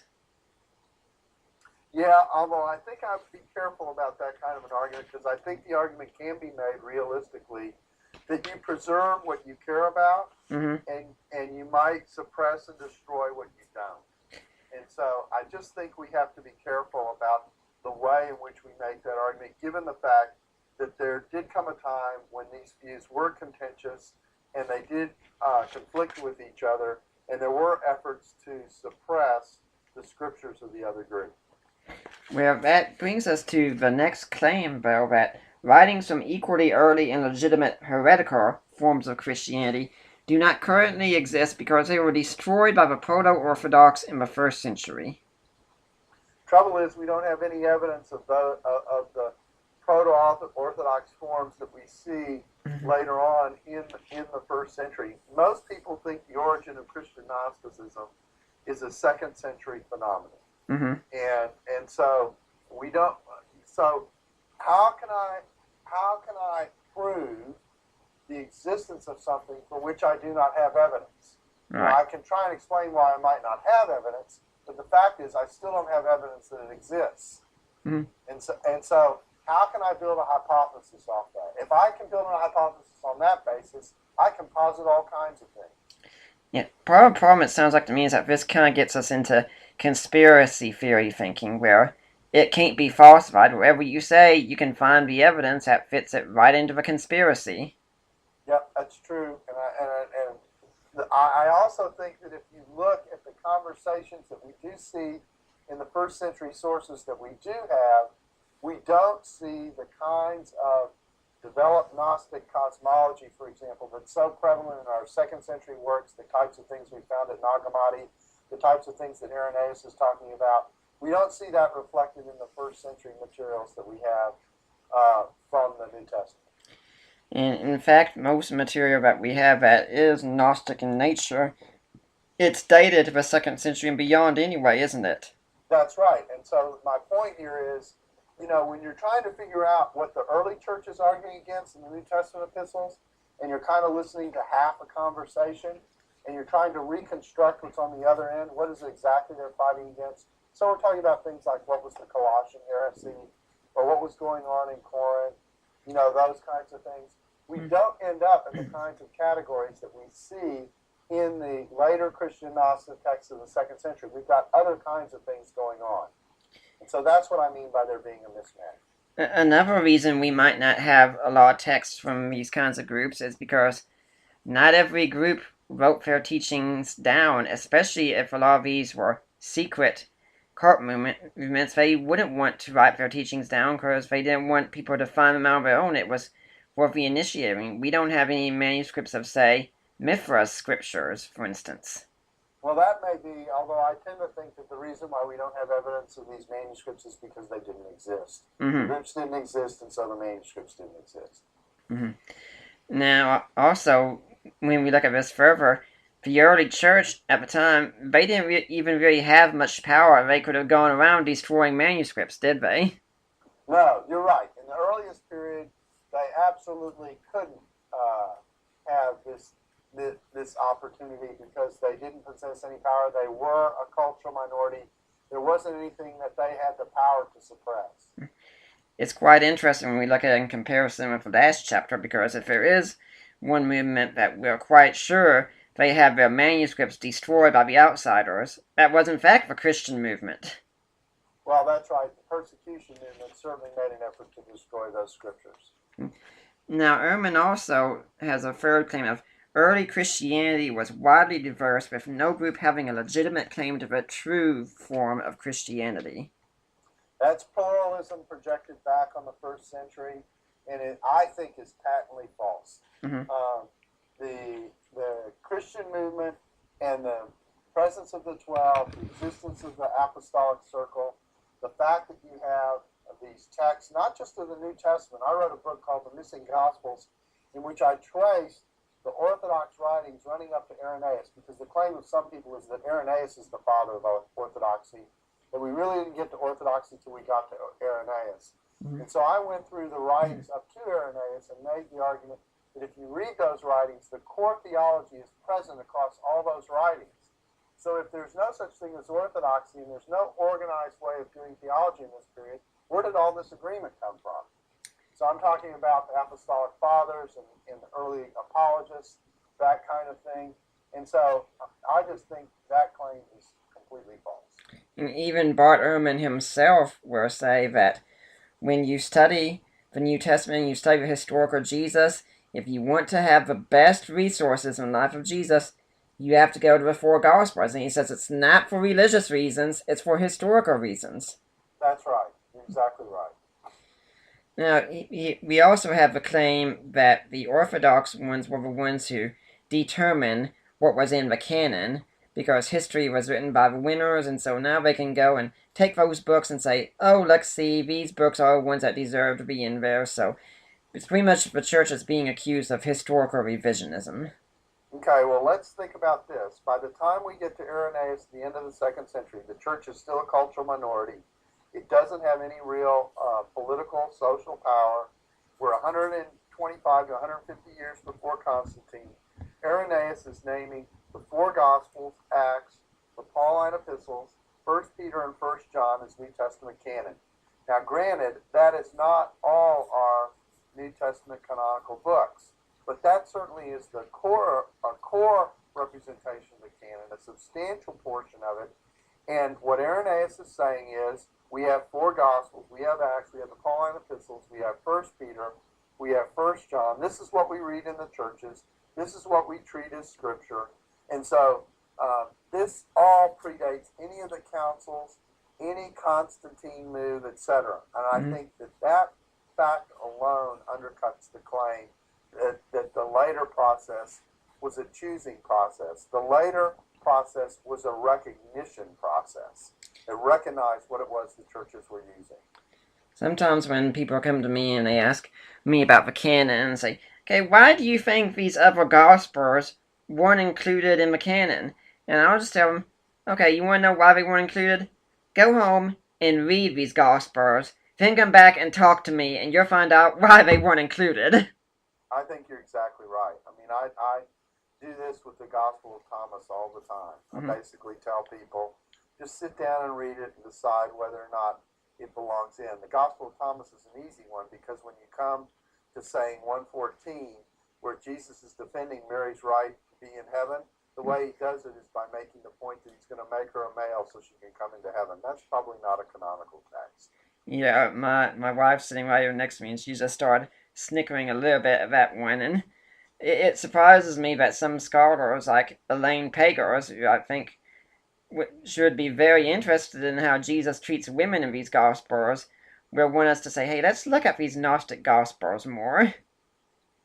Yeah, and she'll try and spiritualize that text so that you can still keep it in the loop by saying, well, what's really going on here is a kind of recognition that there's no male or female in Christ, but that ignores the fact that the female is being eliminated in the process.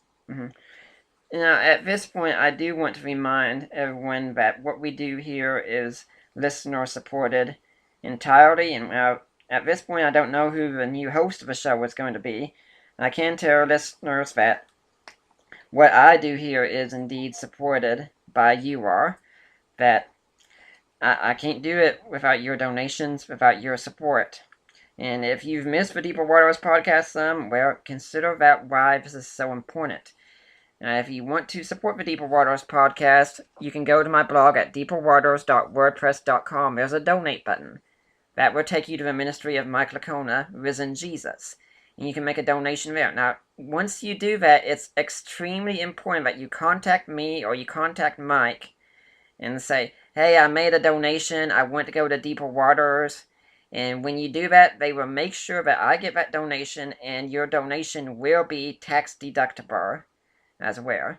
Now, also, I do have some ebooks that are available. The next one to come out, I believe, will be one on God and natural disasters, a dialogue I had with an atheist, very relevant to the form of evil that we talked about. And then, of course, there are several books that I show on the podcast, and yes, I plan on updating it soon, that are available in our Amazon e-store. If you make a purchase there, we get a little bit of the proceeds. But people, I really ask that you please support the Deeper Waters podcast. If you're benefiting from the fruit of this ministry, take part in some of the harvest. Now, Dr. Bock, do you have any organization or charity or anything like that you'd like people to support as well? No, I don't. You're in good shape. I mean, I would love for them to know about the Table podcast that we do out of the seminary, which is www.dts.edu/the-table. They deal with a wide variety of topics tied to God and culture, and some of them are apologetics, but a lot of them have to do with church polity issues, church ministry problems, where the church encounters the culture, and how to think about that in terms of strategy. So that's probably the one thing I would want to mention. And That's what I do as director of cultural engagement out of the Hendrick Center at the seminary. Now, some listeners might wonder, okay, is that podcast available on iTunes? It's available on iTunes. It's available on YouTube. You can hit a subscribe button, which means you automatically get it. It comes in video or audio only formats. So there are a lot of different ways to get it. And I do encourage people to do this kind of thing. I listen to podcasts quite frequently still today. If I sit down and take a break with a game of some sort, I'll usually have a podcast going at the same time. But for now, let's get back to this podcast and talking about this book. Now, one point here is also the history is written by winners, and I like to point out that Mike Lacona, in his book The Resurrection of Jesus in the New Historiographical Approach, points to Thucydides and Xenophon, both of whom were on the losing side, and both of whom wrote history. Yes, sometimes the losers do get through. The Nag Hammadi texts show the same thing. Mm-hmm. But my point is, there's an even more profound point to make in this particular dispute. Mm-hmm. And that is that when they dug up the Nag Hammadi texts in the 1940s and they began reading them, they recognized the story of creation that was coming from these Christian Gnostic texts, and they were thinking to themselves, this story sounds very familiar. We've heard it before. And what they did is when they looked back and considered what Irenaeus had to say about what it was that the heretics were teaching in terms of the creation story and that kind of thing, the story that was being told was the story that Irenaeus told. And it was in the document that was recognized as the most popular of the Gnostic creation stories, the Apocryphon of John. And what that shows us then is that these missing, secret, hidden gospels that are telling us new stuff really weren't telling us anything new at all. We knew about it all the way back to Irenaeus, and in fact it was told well enough that when we could check the story, we could recognize that's the story that Irenaeus is telling us. In fact, something else that's interestingly ironic about this is that Roman proclaimed repeatedly, well, it depends on which gospel you read, because these gospels contradict so much, and they have all these lost Christianities, and then Orthodoxy chose what was going to be in the canon, and they brought all these lost Christianities together. Yeah, which is ludicrous. I mean, the idea that Paul would be a complete different rival than James, and then the later church would bring them together to make them into one. Hmm. If there really were as much rivals as is being portrayed, you wouldn't have brought those texts together. Now, we can certainly say there are things that on the surface might look like discrepancies. I mean, I can understand some people being of the opinion that says, well, it looks like James has a salvation by works and Paul has a salvation by faith. I mean, I don't think that's the case. I think they both teach salvation by faith. But to say that those are thus automatically two different versions of Christianity and then they were suddenly brought into the canon together by a church that's willing to unify everyone is really quite odd. Yeah, I agree. I mean, I just don't see you're going to pull. It's a little bit like saying, can you imagine someone 50 years from now pulling the Tea Party politics together with Democrats? Unlikely. Mm-hmm. And now, another thing that's made is that we have creeds today like the Nicene Creed, and says these were creeds that were invented later on. They don't really share a connection with the early church. Now, to be sure, of course, the creeds did come later, and of course, no one's saying that after the resurrection, all of a sudden, here comes an official document on the Trinity immediately. But what is the relationship between the creeds and the earliest teachings that we have? Is there a total disconnect there? Were there innovators along the way, or what? No, the creeds were designed to be statements to answer core theological and philosophical questions of the time in which they were created, dealing with certain disputes that existed in the 4th century when they were created. And that's why their language is distinct from Scripture, but they're drawing on teaching and reflection that is part of the tradition of the early church, and you can trace that tradition.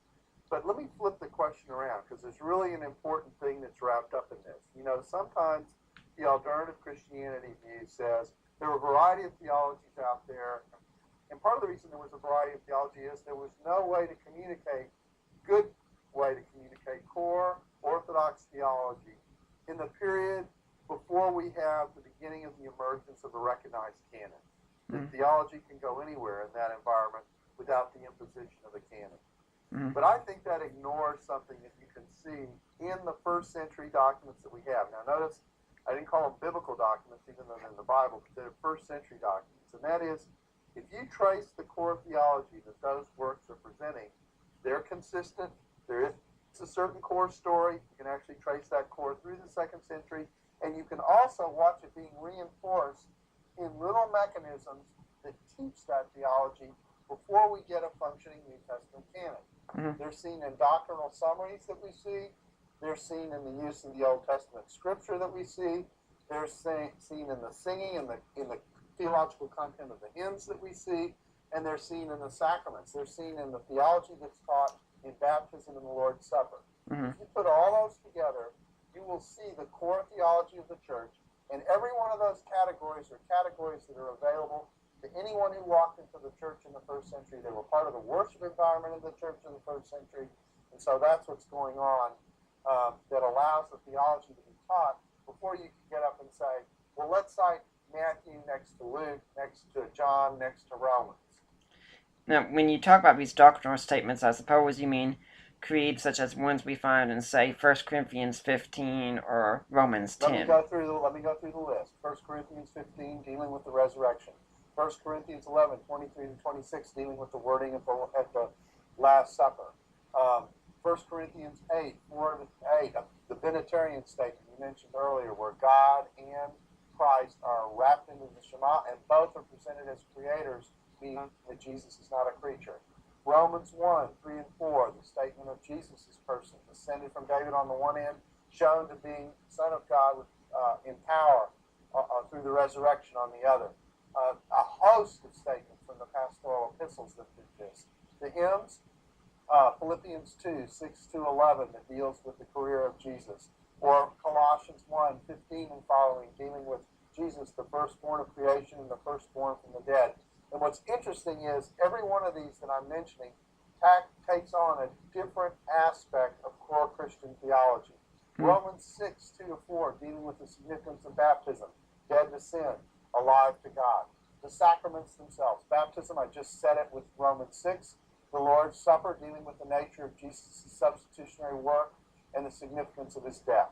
So that's the list. And if you just took that list by itself put nothing else around it. One, each one of those pieces is memorable because they're just a few lines. And secondly, and most importantly, is you would cover most of the core theology of the early church. Well, what's also interesting about this is, aside from, say, the Colossians reference and the pastoral epistles, is that all of these are also from undisputed Pauline letters. Exactly correct. But which means that the traditions that you're dealing with here are very early. But of course, this raises up another question, since we've said that some of these letters are undisputed. Well, some of them are disputed, and this brings up another charge of Ehrman, that there are forgeries in the New Testament. Yeah, and he's using the model that does exist in Judaism of certain works being written in the names of certain other people and being presented as being from those people. That kind of writing does exist. What's interesting is that kind of writing is not widely evidenced in epistolary literature, which is where it tends to be most applied in the New Testament. The other place where it gets applied is the Gospels, but we'll talk about that in a second. And you don't generally see it in epistolary literature on the outside. The case of the Gospels is a more complex case because the Gospels themselves are anonymous. We put together their sense of tradition and authorship by reading the tradition that's associated with them. But here's the question that I like to raise. When we raise this question, we raise it in abstraction without thinking at all about the possibility that when these Gospels were sent to churches and began to be read in churches, I find it highly unlikely they would have been read in the churches originally without some knowledge of where they came from. Okay, so it's like a letter shows up in your UPS, by UPS delivery in your mailbox, and it's a text about Jesus, but it doesn't tell you where it comes from, even though the name of the author isn't mentioned in the work itself. Yeah. You wouldn't turn around and make that a holy book. You wouldn't turn around and use that in the churches unless there was some sense that where this came from had roots that made it worthy to consider in that kind of a light. And I think we've just completely forgotten about the reception process that would have likely been going on in that early period that would have made a text commendable and would have made a church aware of where the materials came from, so that when we get a tradition pretty consistent that Mark is writing off of what it was that Peter taught him, or even more interesting consistency, that of all the companions of Paul, the only one who's the candidate for the third gospel is Luke. I think the consistency of that testimony tells us a lot. I think it's even more painful for the UPS example, though, because the UPS, the person, the scroll or whatever it is, would come with a person who had no clue necessarily who wrote, just somebody picked up at work. But in the ancient world, a messenger would deliver the scroll. The point. Yeah, he's like, who told you about this? That's right. I don't know. I just found it while I was out walking around one day. Where did this come from? Exactly. Yeah. Now, when we get to the epistles, however, there are 6 epistles that claim to be Pauline, and Ehrman is of the stance that these aren't Pauline. Now, what's interesting about this is E. Randolph Richards wrote one of the greatest statements on the use of secretaries in the ancient world, and Ehrman hardly interacts with this at all. Yeah, in fact, when he does, he misrepresents it. And so I got into a private email skirmish with Ehrman about something I said on the air about this and using it in something I posted on one of my blogs. And I wrote him and said, your gripe is not with me. Your gripe is with Randy Richards, who wrote this material. He's the one who's saying this. All I'm doing is passing on what he says. And Richards wrote me an email thanking me for making clear the distinction between his own position and what Ehrman said he wrote. In fact, when we look at some of these letters that are indisputably Pauline, one of them does happen to be Romans, and lo and behold, Romans itself says it was written by a secretary. That's exactly right. So how that plays into the mix is part of what gets us into the style questions that sometimes come up about these different works and that kind of thing. It explains the phenomenon that we have. Dan Wallace, even in a review of Forge, talked about how Ehrman points to these computer tests that were done. And he says, yeah, what Ehrman doesn't tell you is that these same computer tests also say that Revelation 4 and 5 were written by the Apostle Paul as well. Well, I'm not going to argue that a computer should be put in charge of New Testament studies classes. Now, when we do this further, we also think problems, we don't know much about, where we do know a lot, but we have a lot of misunderstandings about how letter writing was done in the ancient world. It wasn't the case that Paul would sit down at a desk alone and write a letter. Writing a letter would be a group activity, as it were. There would be several people who would be going in and out, and they would be making suggestions about what could be said. Yeah, I like to use some modern analogies for this because people understand this once you put it this way. You know, a lot of stuff that comes out under the name of, say, a president of a company or something like that is usually written at the base by a PR person or someone in his own office, and then he looks it over, puts his touches on it. It's based upon something that he has said. I do this in my own office all the time at the center, where I ask someone to write something. I've given them the gist of the direction it should go. I look it over once they're done. We put it out. Sometimes it goes out under my name. Sometimes it goes out under the name of both the people who have worked on it. That depends on how much content each of us is responsible for. And then it's worked through the process that way. Mm-hmm. We do this all the time today without blinking an eye.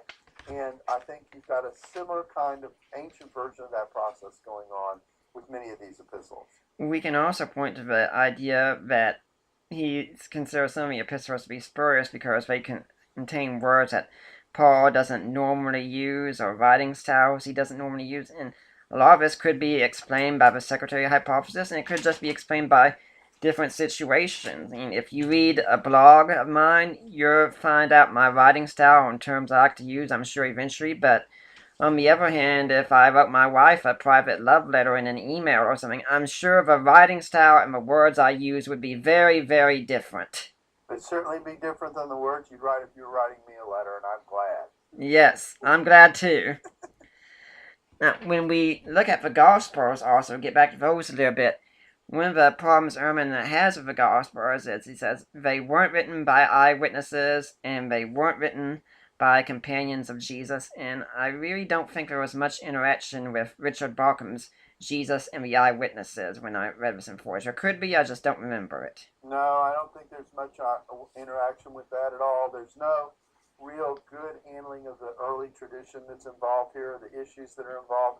I like to say it this way. You know, the alternative theory with regard to how these names are attached to Gospels is you put the Gospel in the name of a luminary or someone with a close position in relationship to the Apostles to elevate its status, because otherwise it's anonymous and it doesn't have status. Right. So you have a choice out there between naming the second Gospel the Gospel of Mark or the Gospel of Peter. And there's good reason to be able to go either way from what the tradition tells you. Mm-hmm. If you had that choice and you could give it, you had that choice and you could give it either choice, wouldn't you have named the second Gospel the Gospel of Peter? Absolutely. And yet the second Gospel was named the Gospel of Mark. I think that shows the care with which the tradition has handled its own tradition in presenting authorship. Mm-hmm.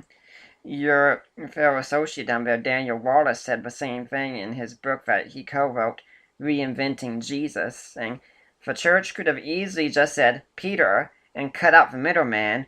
They said the middleman repeatedly, and in fact the middleman would have been, in this case, someone very embarrassing to the early church, because he was known as a mama's boy that split apart two of the first major deliverers of the gospel. Yeah, when I talk about this in public, I go through this little spiel where I go, well, let's look at Mark's resume. It isn't exactly outstanding. You know, went home to mama after the first missionary journey, produced a split between Barnabas and Paul. That isn't exactly commendable, you know, lift up your status kind of a CV. And so it's an indication of the conservative nature of the tradition that even though this person has this kind of embarrassing element in his background, he's associated with the authorship and he's connected to Peter. But even despite the connection to Peter, the authorship's attributed to him because he's responsible for the work. It's also important to point out one thing that he says is that Peter and some of the others would have been illiterate fishermen who just wouldn't be capable of getting this story out there. Yeah, I think this completely ignores the fact that we may not be talking about where Peter starts. The question is where Peter finishes by the time he's writing. Mm-hmm. And someone who could help lead a movement cross-culturally, across a whole continent expansion. He's one of the key figures in this group. Certainly probably has some bilingual capability in the amount of time he spends outside of Israel after the church is born. In fact, one point that's brought out is that there was not much reason to think fishermen would have been illiterate. They would have at least had enough functional literacy to handle the business of fishing, which would include writing documents a little bit and dealing with taxes and things of that sort. Yeah, I think that's correct as well. But I do think that thinking through what it is that Peter actually accomplished, say when he went to Rome, and the nature of that church, etc., tells you that we aren't dealing with an illiterate fisherman. In fact, Craig Evans, in his book Jesus and His World, also points out that if there was an area where literacy would have been strong in the ancient world, it would have been in the area of Israel. Yes, and it would have been in association with commerce. Although, the debate is how literate was this culture, and estimates have tended to move down the scale versus up the scale. Another problem that we have is defining what we mean by literacy. Do we mean full, high-level, elite-level literacy, or do we simply mean able to function in a language or in multiple languages, able to do some basic reading? I think that makes a difference. But the estimates that we get are somewhere between 5% for the culture at large. Sometimes with Israel, you get up to the 10 to 12% region, something like that. Most of the writing that we see, though, has a lower number versus a higher number. But they also will say that this kind of moderate literacy, if I can say it, is more widespread than that number, simply because of the kind of practice that is involved in just doing business. Well, many of my listeners might be meeting the internet atheist crowd and people in water cooler conversations and such who argue against Christianity, and they'll often be told repeatedly that the Gospels are written by anonymous, non-eyewitness people. What would you say to a claim like that? Well, I would say that I don't think they'd even have begun to circulate in the churches without some knowledge of where they came from. That would be the first thing I would say. Second thing that I would say is that part of the issue here has to do with the way in which oral tradition worked in the early church, and there's a lot of work going on right now in orality and with issues of memory that show that things can be passed on, they can be preserved, there can be oversight on them in a way that keeps them that keeps the tradition very much controlled in terms of where it goes and what's done with it. These studies involve people who work even in Bedouin societies today, looking at Bedouin societies today and how they preserve their material. This is a mostly illiterate crowd that works strictly in the confines of orality and yet can preserve stories across hundreds of years with a great deal of accuracy. I think one of the most important works you can read in this regard, and it's one that I mentioned last night, and said every student of Scripture should read this one, and that's Barton and Sandy's book, The Lost World of Scripture. Yes, this is dealing especially and including areas of Old Testament that are important. And so because the tension in these areas in some ways is greater with some issues related to the Old Testament than it is in relationship to New Testament. I'd like to touch a little bit also that in his latest book, Ehrman actually argues that Jesus wasn't buried, and you spend some time talking about this in the book. Yeah, again, I think the problem here is yet another clear case of, I'll say, literary nearsightedness that doesn't pay any attention to the historical background. If what happened to Jesus had simply been that he had been buried along with criminals and his body left to rot on a cross and disposed in a pit somewhere with the other criminals, that would have been the response to the claims of resurrection in Judea immediately after he died. Mm-hmm. And nothing like that comes up in any of the polemical responses we see from Judaism. The response that we get is the body was stolen. Mm-hmm. And so this assumes a burial, and it assumes a burial in which the place where Jesus was buried was known, and they never found the body. Mm-hmm. Now, it's interesting that Evans, when he responded to this and how God became Jesus, he cited Jody Magnus, a Jewish archaeologist, and she said, Gospel accounts of Jesus' burial are largely consistent with the archaeological evidence. Although archaeology does not prove there was a follower of Jesus named Joseph of Arimathea, or that Pontius Pilate granted his request for Jesus' body, the Gospel account describing Jesus' removal from the cross and burial are consistent with archaeological evidence and with Jewish law. Now, what I found most fascinating about this, though, was not what Jody Magnus said herself, although that isn't incredibly important, but rather that Jody Magnus is a Jewish archaeologist at UNC Chapel Hill, which I believe happens to be exactly where Bart Ehrman teaches. That's correct. And what's really interesting is that the law that's being involved here, which is recorded in the Mishnah, is the idea that if you die as a felon, you cannot be buried in a family tomb. Well, Jesus isn't buried in a family tomb. He's buried in the tomb of Joseph of Arimathea, who's not related to him. So that would have been permitted. Mm-hmm.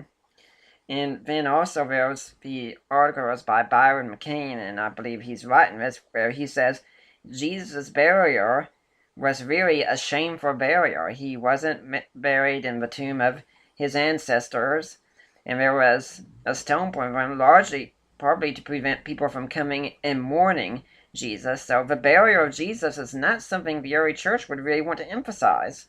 No, that's correct. The whole point of not being granted a burial in your family tomb is to underlie the dishonor of having been executed as a felon.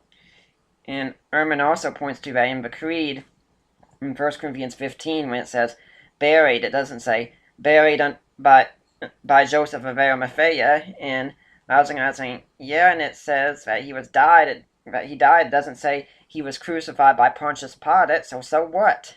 Exactly.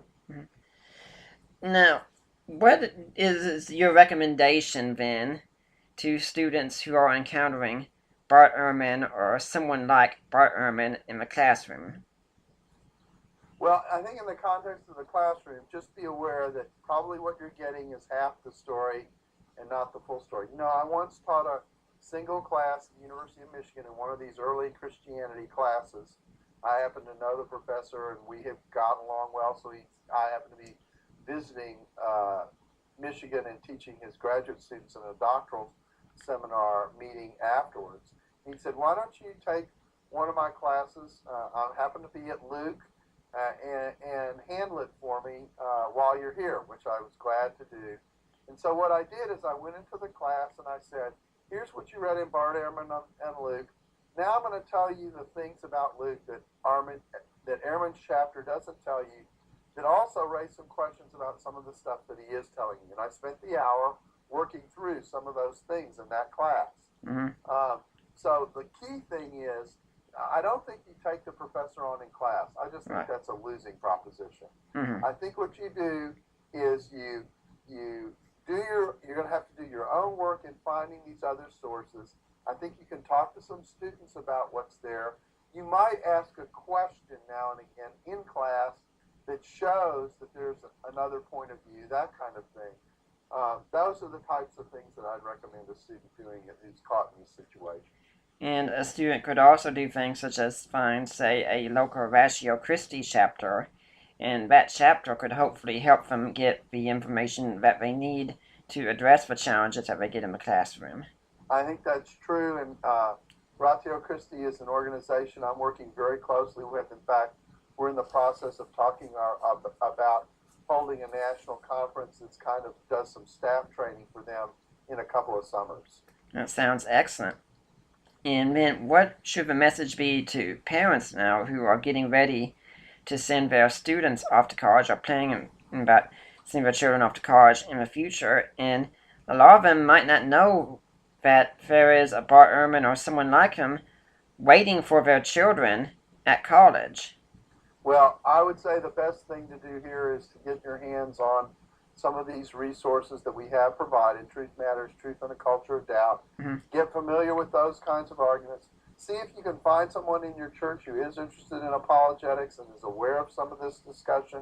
Mm-hmm. Have some conversations with them to help prepare them for what lies ahead. Yeah, I like what you said about churches as well, because I've been of the stance that every church should have at least one person in the church who's a sort of go-to on apologetics.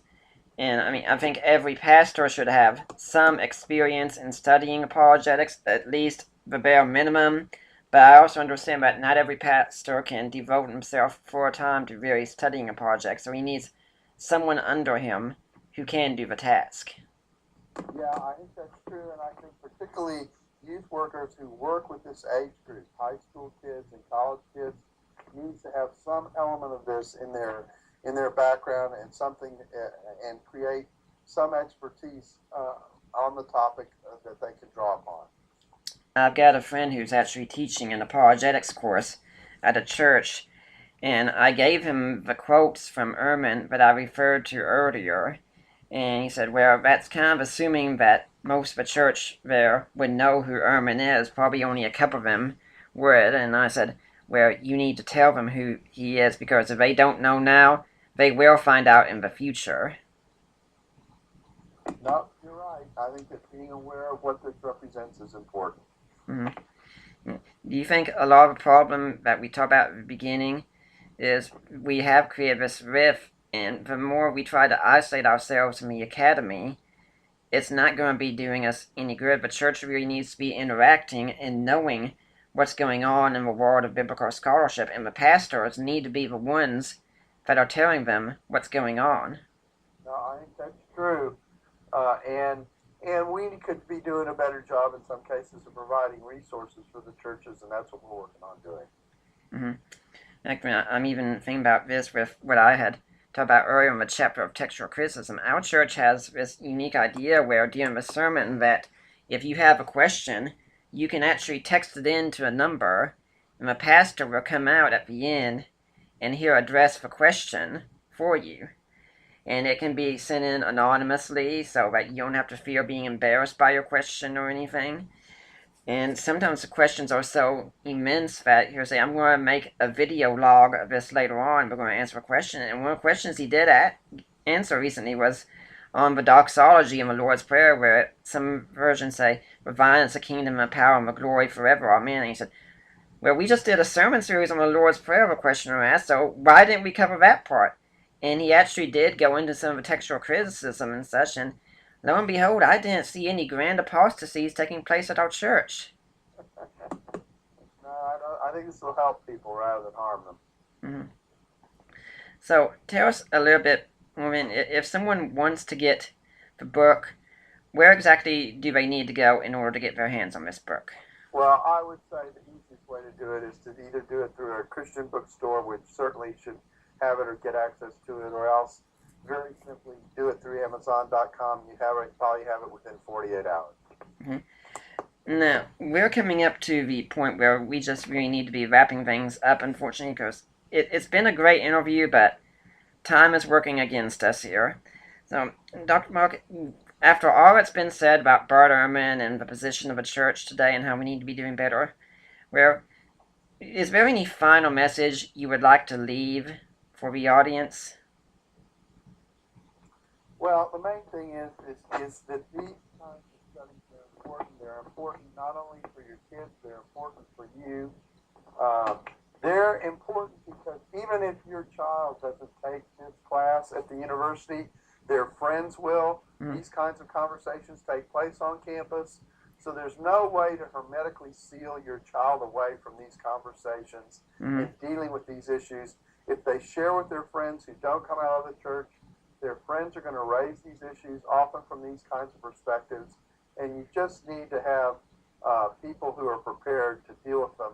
And the flip side is if you don't say anything about it, you leave the impression that the church has hidden something from the child. And that's a terrible place to leave your child going into this kind of an environment. And even if by some chance they never encountered these questions, I'd say from my perspective, I'm sure you'd say the same thing, that your faith and understanding of Jesus is greatly enriched by going through these kinds of questions. Oh, absolutely. I mean, that's one of the benefits of it. In fact, when I share this kind of stuff with people for whom this is new, that's almost the universal response. Mm-hmm. Now, if someone wants to find out more about you or get in touch with you, do you have a website or a blog or any way that they can do that? They can contact me through the seminary, and the seminary has a faculty page that gives my contact information. It's dbock at dts.edu, Mm-hmm. and they can get a hold of me that way. And that seminary would, of course, be Dallas Theological Seminary. That's right. Well, I'd like to remind everyone that next week James Sire is supposed to be my guest. It's going to be a very interesting interview talking with one of the original greats in American apologetics of the last century. But now, Dr. Bock, I'd like to thank you for all the time that you gave to us and to you and your co-authors for writing this book, a great response to Bart Ehrman. And yes, people, this one does come highly with my recommendation, but thank you for coming on, and who knows, maybe, hopefully we'll see you again for a third time sometime. Well, Nick, it's a great pleasure to do this again, and I wish you all the best, and thanks for giving me the time to talk about this. Thank you, and for now, I'm Nick Peters, signing off, and we'll see you again next week.